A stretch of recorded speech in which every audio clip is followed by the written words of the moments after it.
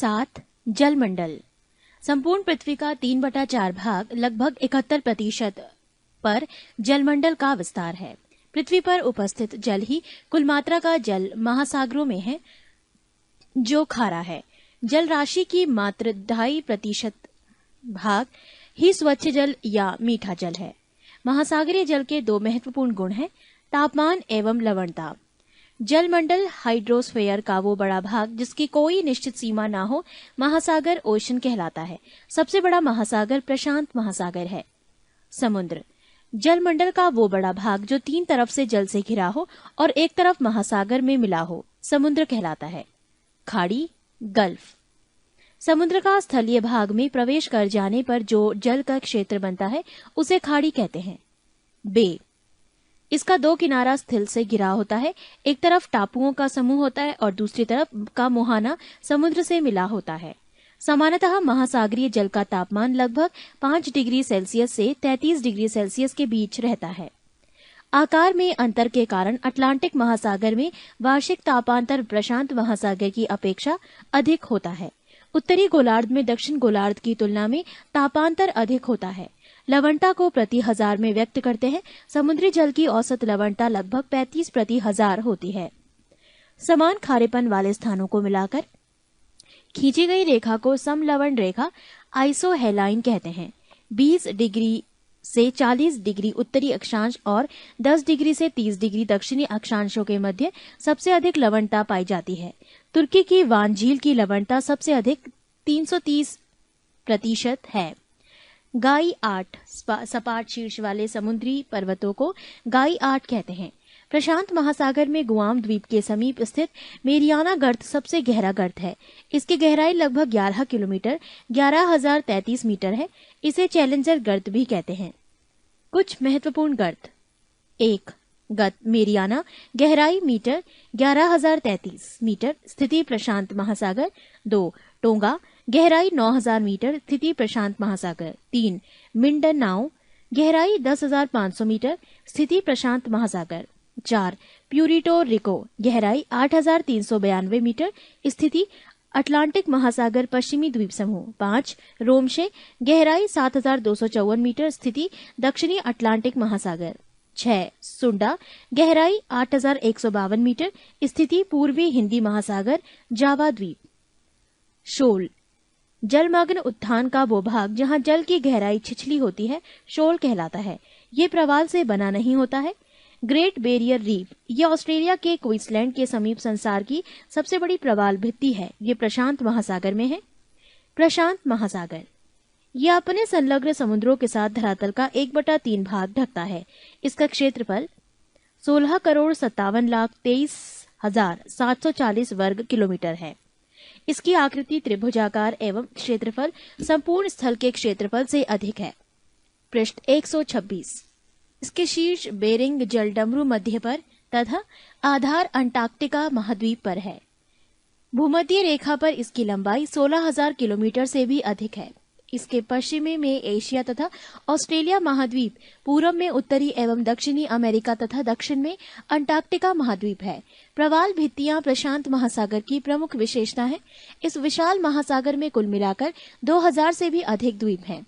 प्रशांत महासागर का अधिकांश तटवर्ती सागर पश्चिमी भाग में है। इनमें बेरिंग सागर, आखोटस्क सागर, जापान सागर, पीत सागर एवं पूर्वी चीन सागर आदि महत्वपूर्ण हैं। पूर्व की ओर केवल कैलिफोर्निया की खाड़ी ही प्रसिद्ध है। इसके बेसिन की औसत गहराई 7,300 मीटर है। अटलांटिक महासागर, ये संपूर्ण संसार का 6ठा भाग है। इसका क्षेत्रफल 8,29,63,800 वर्ग किलोमीटर है, जो प्रशांत महासागर के लगभग आधा है। इसकी आकृति अंग्रेजी के एस आकार से मिलती जुलती है। इसके पश्चिम में दोनों अमेरिका तथा पूरब में यूरोप और अफ्रीका, दक्षिण में है अंटार्कटिका, उत्तर में ग्रीनलैंड, हडसन की खाड़ी, बाल्टिक सागर, उत्तरी सागर मगन तट पर स्थित है। इस महासागर की सबसे महत्वपूर्ण विशेषता मध्य अटलांटिक कटक, मिड अटलांटिक रिज है। ये उत्तर में आइसलैंड से दक्षिण में बोवेर द्वीप तक लगभग 14,000 किलोमीटर लंबा तथा 4,000 मीटर ऊंचा है। ये एक जलमग्न घटक है, तो भी इसकी अनेक चोटियां जल से ऊपर उठकर छोटे छोटे द्वीपों का रूप धारण कर गई है। अजोर्स को पाइको द्वीप तथा केप बर्दे द्वीप इसके प्रमुख उदाहरण हैं।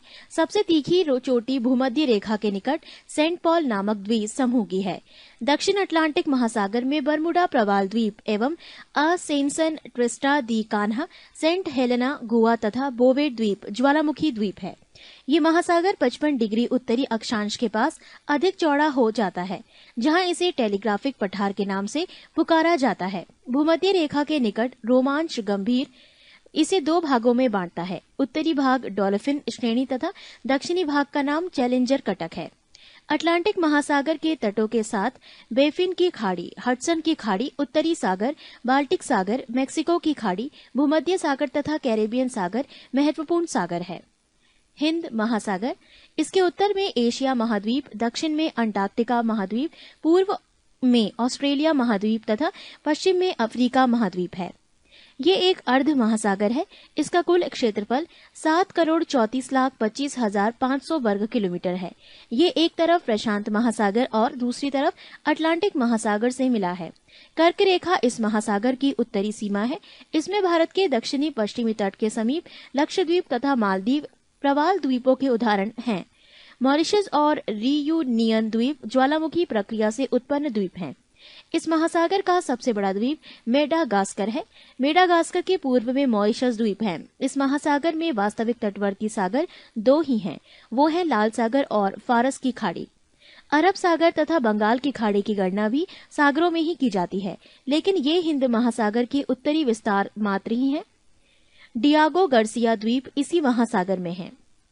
8. महासागरीय जलधाराएं एक निश्चित दिशा में बहुत अधिक दूरी तक महासागरीय जल की एक विशाल जलराशि के प्रवाह को महासागरीय जलधारा कहते हैं।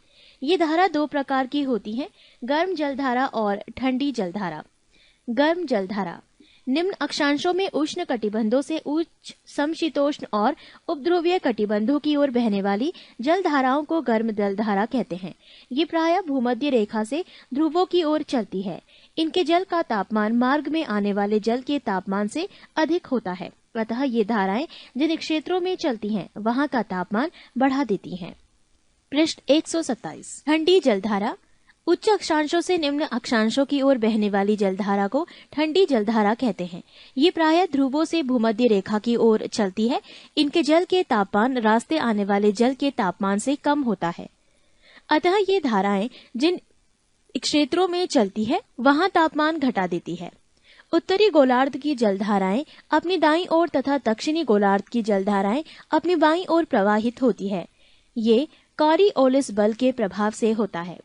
महासागरीय जलधाराओं के संचरण की सामान्य व्यवस्था का एकमात्र प्रसिद्ध अपवाद हिंदी महासागर के उत्तरी भाग में पाया जाता है।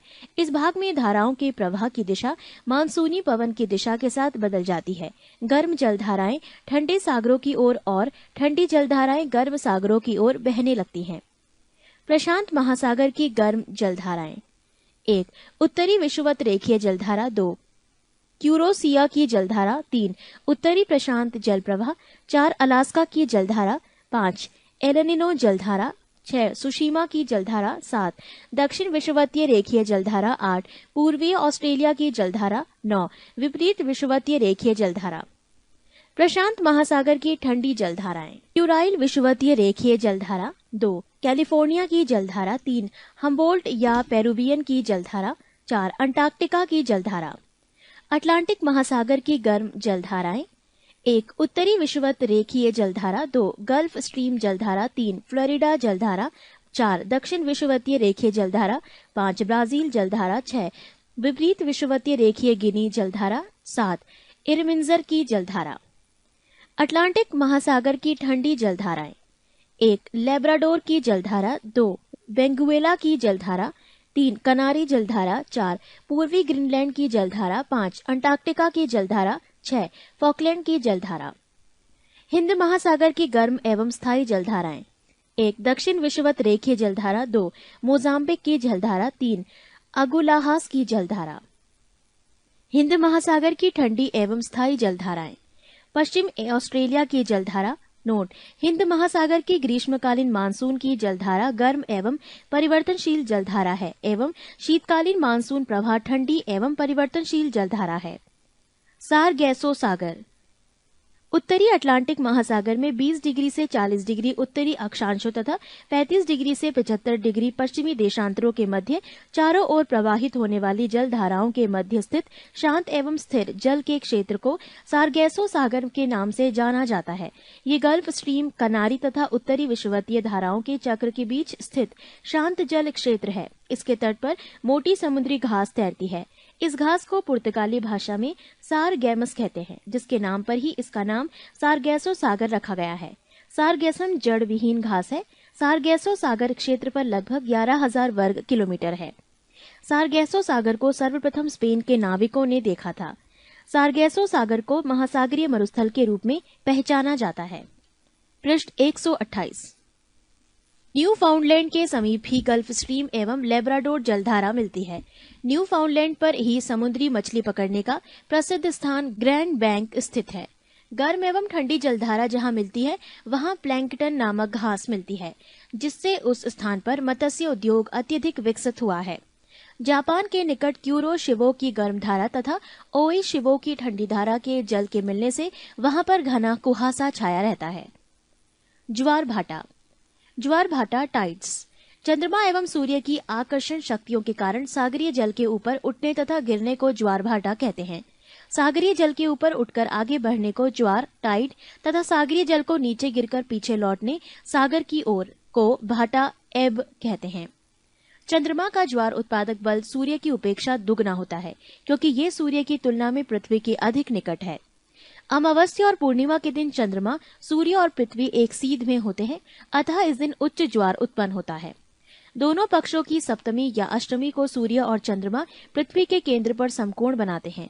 इस स्थिति में सूर्य और चंद्रमा के आकर्षण बल एक दूसरे को संतुलित करने के प्रयास में प्रभावहीन हो जाते हैं, अतः इस दिन निम्न ज्वार उत्पन्न होता है।